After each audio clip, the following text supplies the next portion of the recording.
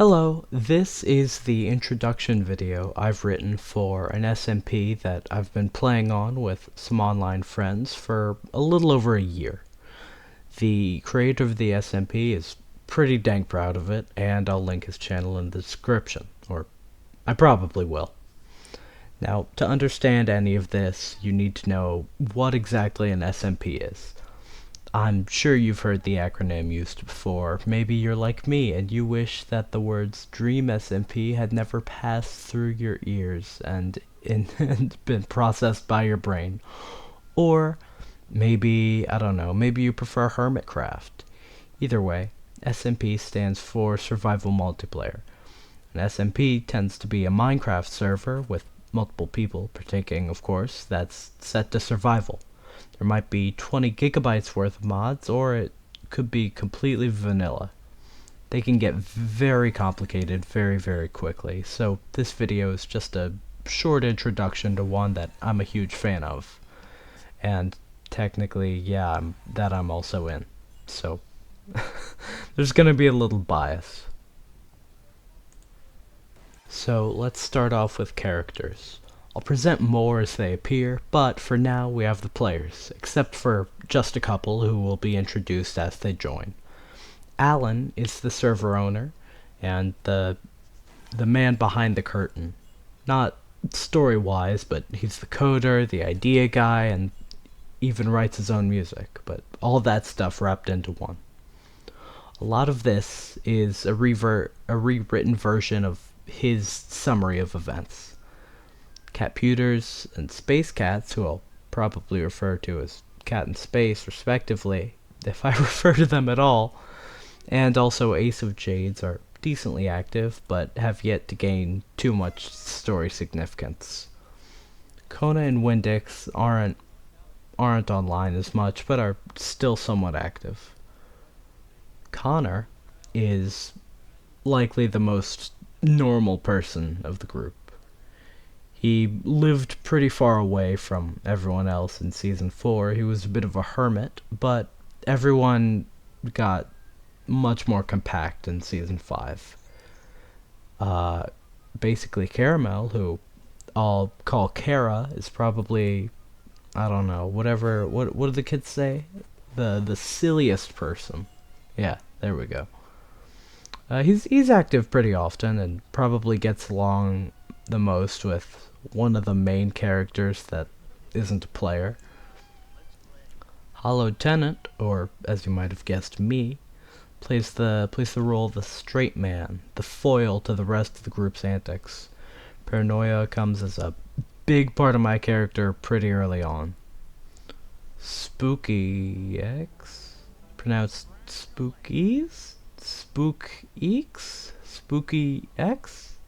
Oh well, just Spook for short. He's arguably one of, if not the most prominent characters in the SMP, and you're about to see why. Starting off with Season 3, I start here because A, I was not in Season 1 or 2, and also I'm pretty sure those two quote-unquote seasons were just vanilla Minecraft with nothing out of the ordinary. The server starts and a little civilization consisting of a couple of the members, called Girl Town, is built. Things don't seem all that weird, nonetheless it's explicitly just Alan screwing around. That is until signs begin to show themselves to Spook. They read something like, "Oh, do you seek the eye?" or some other vague, cryptic message. At the time, only him and I are online, and he goes on some crazy, wild, like 2-minute long journey. I ask to see what he's freaking out over, and I get teleported to him. The sign shows up. It's dyed red and has glow squid ink on it. I get tossed into some kind of demolished stronghold, and I get a singular Eye of Ender. Told to put it in a stray end frame, and upon doing so, this really cool visual effect that I can't seem to remember, unfortunately, plays. This is the Eye. This introduces the Eye. He's been summoned. To quote Alan, he is an omniscient being from the other side. He feeds on souls and is responsible for all things Skulk. He watches and asserts control over many realms, including our own. Why would I do that? Why would I give myself a British accent there? Why do I do things? Anyway, the Eye takes control over the world, placing an enormous cathedral to just gaze upon the land, I guess. So, at this point, Kara is, at least I would consider, the unofficial head of the Eye cult. It's kind of hard not to have a cult when a new giant god has emerged. Some other antics ensue, such as me destroying a totem to the Eye, my soul being stolen, uh, being teased and tortured by a skinwalker that we named Frank, Spook Spook gaining magical levitation powers, and me taming a cat that I mistook for a higher power. My execution is planned for heresy against the growing cult surrounding the new deity. Suddenly, though, the overworld folds in on itself. The Eye barely makes it out unscathed, and thus concludes Season 3.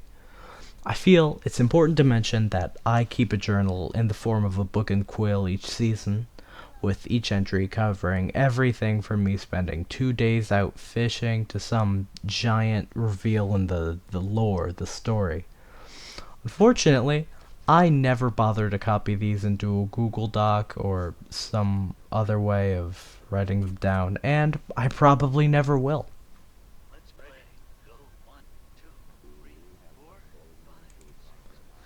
Season 4 starts, and the Eye's already here. He's already waiting for us. He seems much friendlier this time around, but at this point everyone has warmed up to him, with me being the exception. Soul emissaries and some other slightly reworked and renamed enemies start to appear, and more shenanigans happen. Spook kills me like 56 different times. Girl Town gets rebuilt. It's always in a cherry biome. There's no significance to that. I just felt it was important to mention. After quite a bit of progress, we're skipping over a long period of time here. We eventually kill the dragon. And this will come back later. After we get home, the Eye warns me of crueler evils or something. And I get to see one of those little red vines that you can find in the nether, in those nether forests. So I stick this thing, we'll call him Red, inside of a flower pot in a glass container. I try to interrogate him using signs, but no luck with that. Let's formally introduce him, though. His name is officially the Devourer, but I've gotten used to just Red. He exists solely to spread, to further his reach, and he's really, really vulgar. The Eye and Red absolutely hate each other, but I'll probably get into that later. Anyway, after a failed interrogation attempt, Red escapes due to, well, my own fault, really. I shouldn't have taken him out of the flower pot or probably put him directly on the ground, but with some help from the others, we get rid of him. The members of the SMP learn that Soul Fire can be used to stop Red from increasing its reach. I also get sent to the other side for a solid 30 seconds. Doesn't exactly help with my mistrust of the Eye. The other side, being his domain where the Eye lives. It's just a giant empty landscape. Just imagine the end, but even more empty.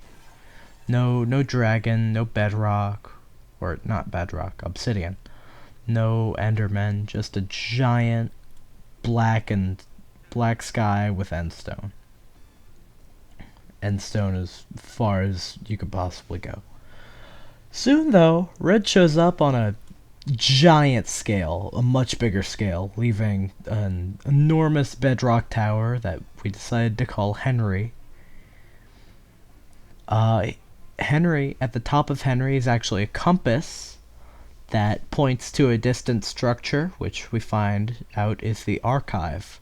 The archive is a giant library that catalogs oceans of knowledge, or at least it would be if the entire thing wasn't abandoned and nearly empty. Nikton and Epiron, gods of knowledge and creation, are depicted in particularly unsettling statues that we find. The Eye claims no such beings exist, but Red is absolutely adamant that they must be real. This is actually the only thing I agree with Red on, or really the only thing I agree with any deity on in the story, at least in this point in time. Nothing else of importance is found in the archive. Everyone escapes after a close encounter with Red. Eventually, we finally get to talk to him directly. His speech has been garbled and twisted this entire time, but the Eye eventually translates it. He curses him out. He calls the Eye false eye, and liar and stuff. But the important thing is that he further increases his reach by spawning his own enemies, kind of like the Eye did. They're slightly reworked, slightly renamed, already existing enemies within Minecraft. Henry, the giant bedrock tower, or the giant obsidian tower, then reappears south of his original position, and this marks Red's own territory. Now I get to introduce two more players, Franco and Yaze. Both are online pretty often. Yaze is usually pretty grindy in-game, leading to him often pretty quickly becoming rich, I guess you could say. There's not too much that really sets Franco apart from the others. I introduced him here because this is where he joins the SMP. Franco also worshipped Red for quite a while until he came to his senses and realized that Red was kind of like a dick. Just not a good guy. Then, Epiron and Nikton appear. The statues I brought up? Yeah, they're real, and they're not happy with us. If we so much as dare to say their names, the server crashes. Epiron hates the Eye because, pretty big reveal, he pretty much killed all of Epiron's race, which we're gonna call the Solex. Epiron was spared because, well, he doesn't really seem to have a soul. He's a computer. Anyway, Epiron created Red as well. I can't remember why. After those two wake up and pretty much contribute nothing, I realize that the Ender Dragon was Epiron's pet or something, so I go through all the work of resummoning it, and the only thing we get out of it is...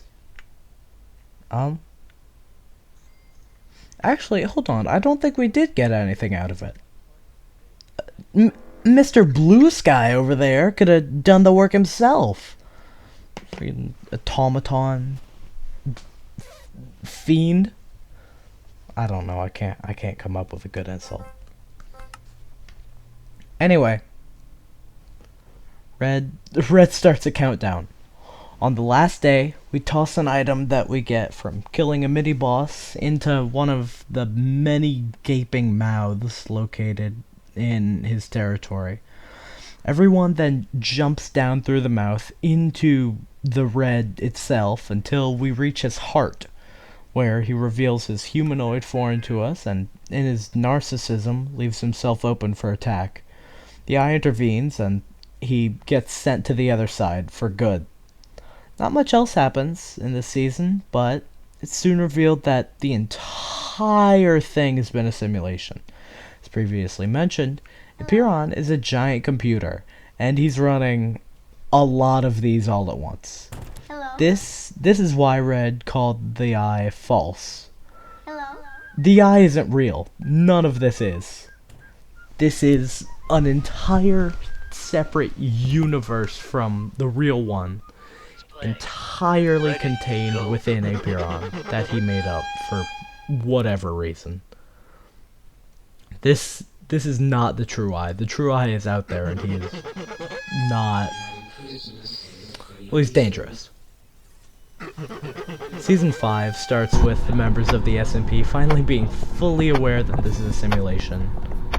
And I think the most two realistic responses are that of Spook and I. While I become even more spiteful towards Apiron and the other deities, Spook starts to wreak havoc just for the sake of it, and takes the nihilistic approach. I mean, seriously, this man puts skulk shriekers in my home and plants explosives on my property. It's crazy just to read this out loud, or you know, say it out loud. In Minecraft, this is all in Minecraft. Anyone listening, this is all in Minecraft. I promise. Except it actually is. It's not just something people say. Now Red gets his own skinwalker, which we decide to call him Brad. Oh, thing I forgot to mention about Spook. He has a big red suit and an entirely new character design, different hair, different all that. Brad is no stranger to torturing me, and neither is this mannequin, this armor stand that keeps showing up for some reason.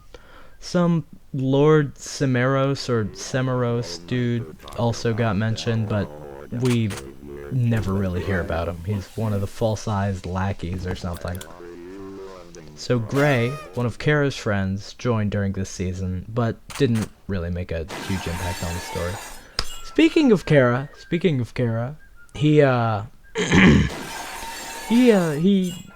stuffed my soul into remember how it got stolen? Yeah, he took my soul, my eternal undying soul, put it inside of a shard of amethyst, and ate it. My soul has been eaten by Kara. Kara has eaten my soul. And I doubt I'm getting it back anytime soon. But now, after quite a while, the server, or this season, eventually ends. And Season 6 is coming up soon. I'm excited. But it's time for another plot twist. Apiron actually made a deal with the Eye. The real one, of course, not the false one. How would that even work? But he made this deal for infinite energy in exchange for the lives of his own race. That's right, your favorite mechanical sun god sat idly by while his people were being massacred. Thankfully, he doesn't know that we know. I think. I hope. Now, Alan has revealed a handful of other pieces of information, especially regarding a certain transmission, but I don't care to explain any of that right now.